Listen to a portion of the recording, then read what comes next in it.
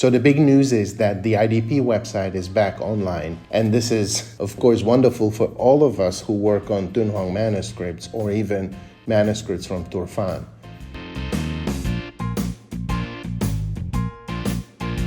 So, as you may know, the British Library was on the receiving end of a cyber attack a few months earlier, and because of that, many of the library services, online services, went down, including the IDP website.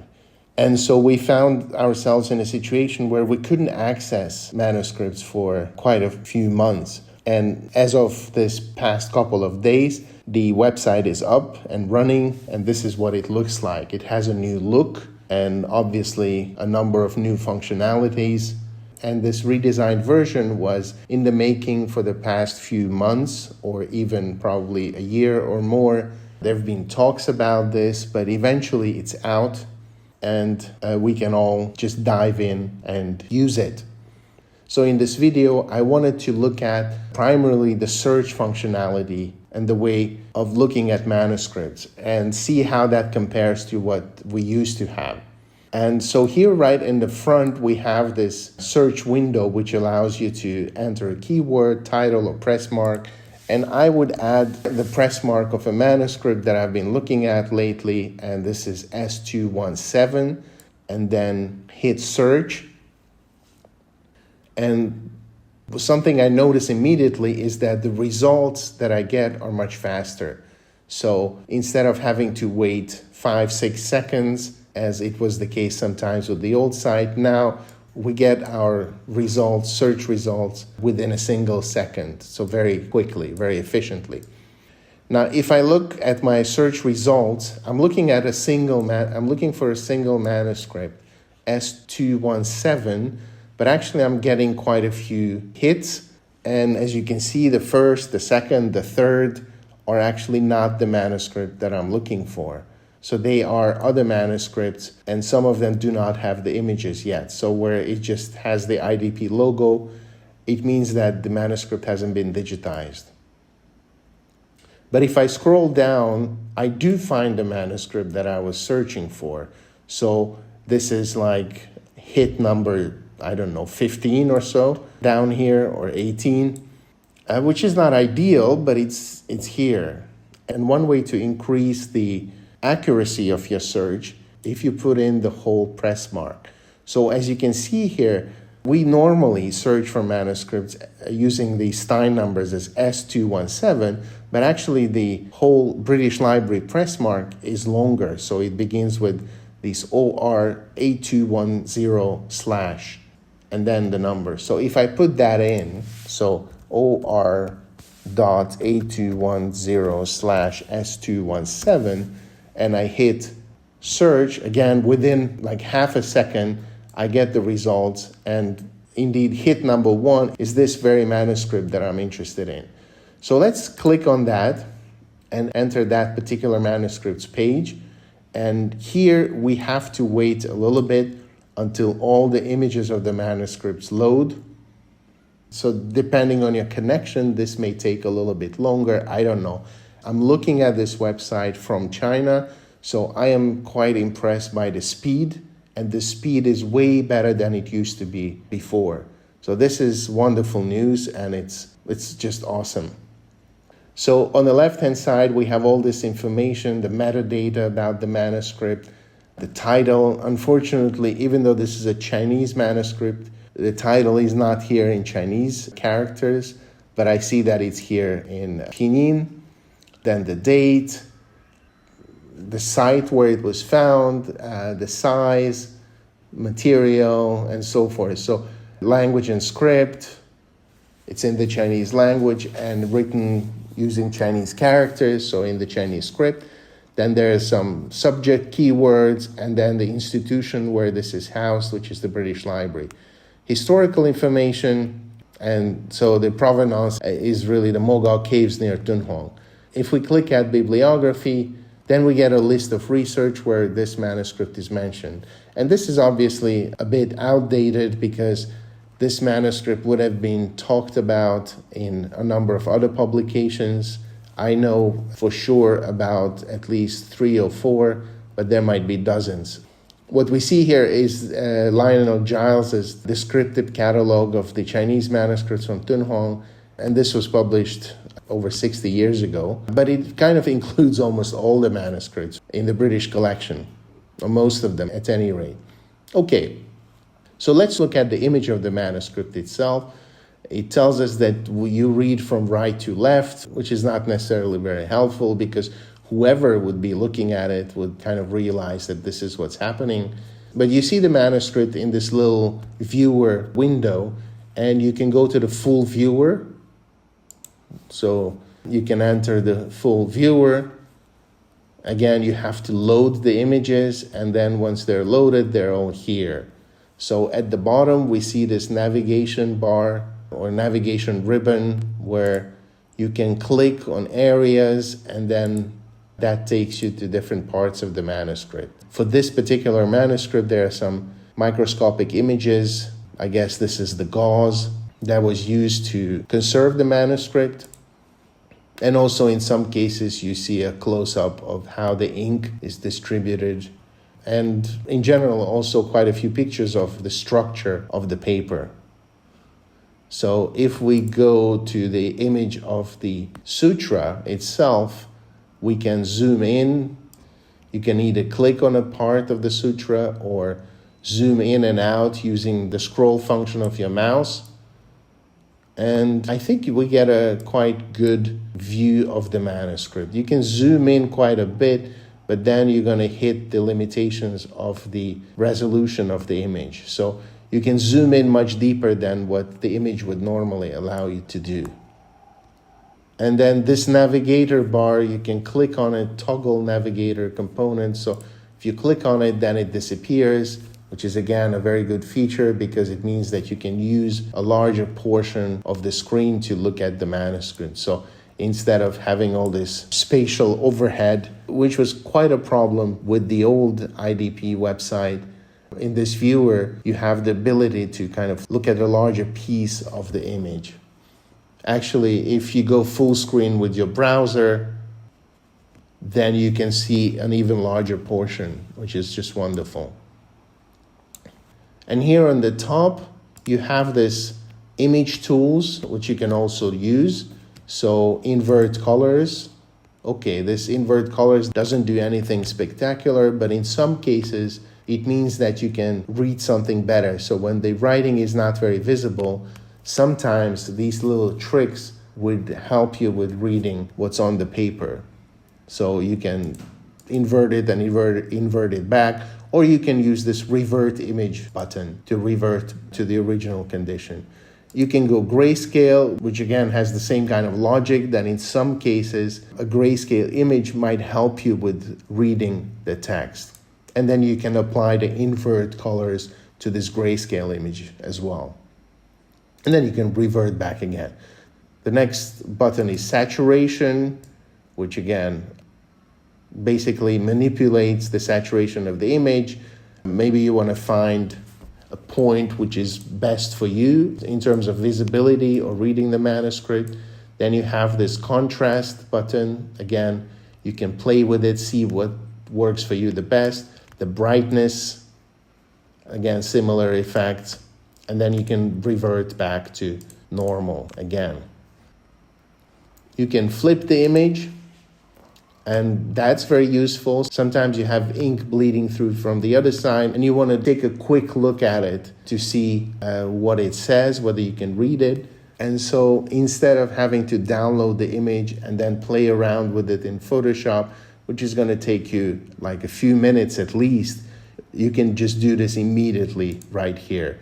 And the same logic applies to rotating left and right. And I guess this is very helpful because quite often on a manuscript you have bits of text that are written in different orientation, and being able to do it right here immediately on the screen without having to download the image is a major plus. On the old IDP website, you had this capability, but then eventually, because the plugin license wasn't updated or something, this was no longer usable. And so for quite a few years, there was a button there, but it didn't really work. But here you can rotate the image any which way you like, which is very, very useful.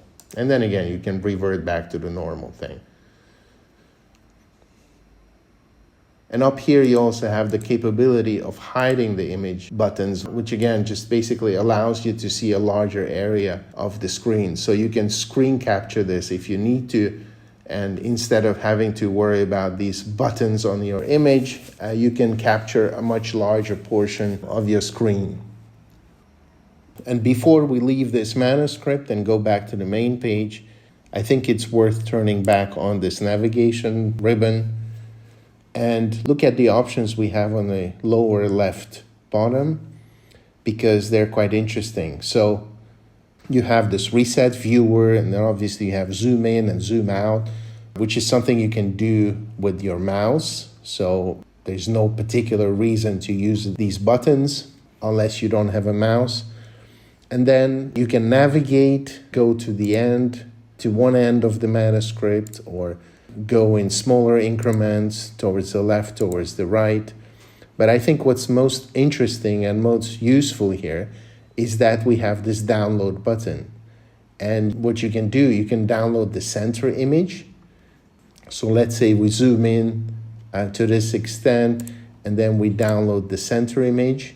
Then we get this alert saying that any images downloaded from this website are intended for non-commercial use only, which is fair enough. We click accept, and then the image starts downloading, and then it has downloaded. So basically, the downloaded thing is this main image. It's not what you zoomed in on, but it's kind of this overall stitched together image. So, and the resolution is not very high. It gives you an idea what the whole manuscript looks like as an object.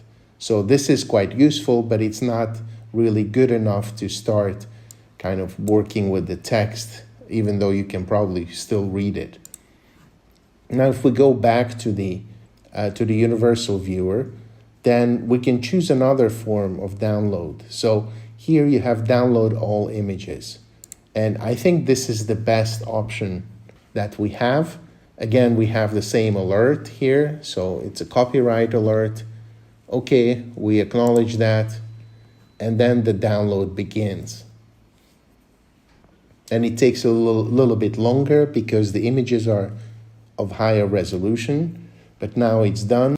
And if we go and look at them, we get this same image that we have already downloaded, but that's only one of in this case, that's only one of the 28 images. And we can look at other images, and you see that basically with this one button, we downloaded all of the images of this manuscript, including the recto and the verso of the manuscript, and all of the other ones, including this images taken with the microscope. So in sort of the old terms, this is basically the mid-size image. You can see this is at 89% now. So this would be the 100%. And you can zoom in. So this is 285. But then you start losing resolution, basically. So you can keep zooming. It allows you to do that. But you're not going to get any more definition out of it. So this is wonderful that you can do this with a sort of a click on a single button, because before this you would have to download every single image one by one. And for longer scrolls, this would have taken you an hour or maybe sometimes even longer, depending on your connection. So now you can do this really, really fast. The server that they're using or the connection or whatever is really fast. Much better than what used to be in place. And so this is a wonderful feature, and I really welcome it. It's a pity we don't have access to even larger images, but I guess this is already very, very good. Then we can close the viewer and then go back to the original description on the IDP website's main page. So if we go back to the main page, again, we have the search window, and here we also have something called advanced search. And there you can basically play with it, say, you're interested in, you're interested in different things, for example, different languages or different sites. So let's say you're interested in wood, material, must contain, you can play with this, must contain, and then you enter wood, and let's see what happens. Again, the search results come up incredibly quickly, and then we find all these different items that are made of wood or written on wood, which is really wonderful. And then if you go to one of them, you can see from the press mark that this is actually not in the British Library's collection, so maybe for that reason it loads a little bit slower. And you see this wonderful figurine. On the left side, you see that it belongs to the Guimet Museum, so the Musée Guimet.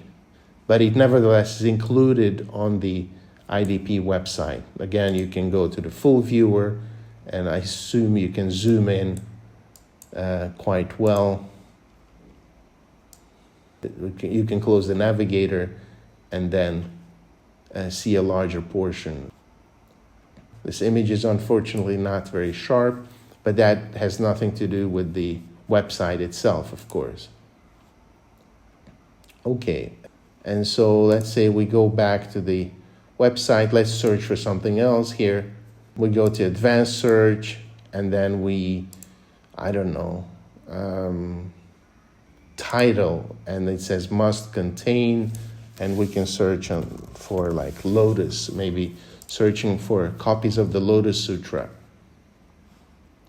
And indeed, we get like 1,100 results, and we get all the different versions of the Lotus Sutra, or anything basically that has the word lotus in it. So in this case, you have these Buddhas seated on a lotus throne, and you get those hits as well. And obviously these images, these paintings are not in the British Library, but you can immediately see where they are. And if the press mark doesn't tell you this, then you can scroll down and see where they are. They are in the British Museum, and there you have this description, which comes from Professor Roderick Whitfield's book, Art of Central Asia. So you also get some description of these items. Again, you can go to the full viewer and then zoom in, close the navigation button, and look at it quite closely. So overall, I think this new version of the IDP website is very, very well done. It's much faster than the old one. And I think looking at manuscripts is much easier. And so this is a definite improvement, and I'm very much looking forward to using it. Something that I was wondering about was the BNF IDP website, which is no longer accessible. As this went live, the French website came offline, so I don't know what's happening there. In the top, we can see there are 2 buttons instead of the usual 6 or 7. So now you have links to the IDP National Library of China and the IDP Dunhuang Academy. But I'm wondering what happened to the other sites, say in Paris, St. Petersburg, Berlin. How are they going to be integrated into this website? In any case, I'm very happy that the site is back and that we get a chance to use it. So please check it out and let me know what you think. Put your comments in the comment section below. Thank you for watching, and hope to see you next time.